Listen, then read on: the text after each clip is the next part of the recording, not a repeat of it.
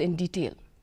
The Meghalaya Congress is focusing to award tickets to many new faces in the upcoming polls to the Khadc and Jhadc, scheduled to be held in February 21st next year. Congress leader Manuel Badwar said that the party is focusing on new policy makers. According to him, they are making efforts to bring qualified people whom the party thinks would at least become good statesmen.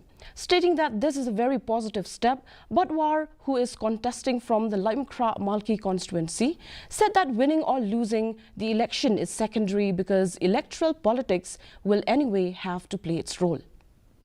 We will try to bring as much as possible qualified people who we think at least will become good statesmen, and definitely I have this firm belief that there's a requirement for fresh ideas, there's a requirement for rehashing the entire governance system in the state, and be it at the district council or be it at the legislative assembly. And I think this is a very positive step, at least as far as the Congress is concerned.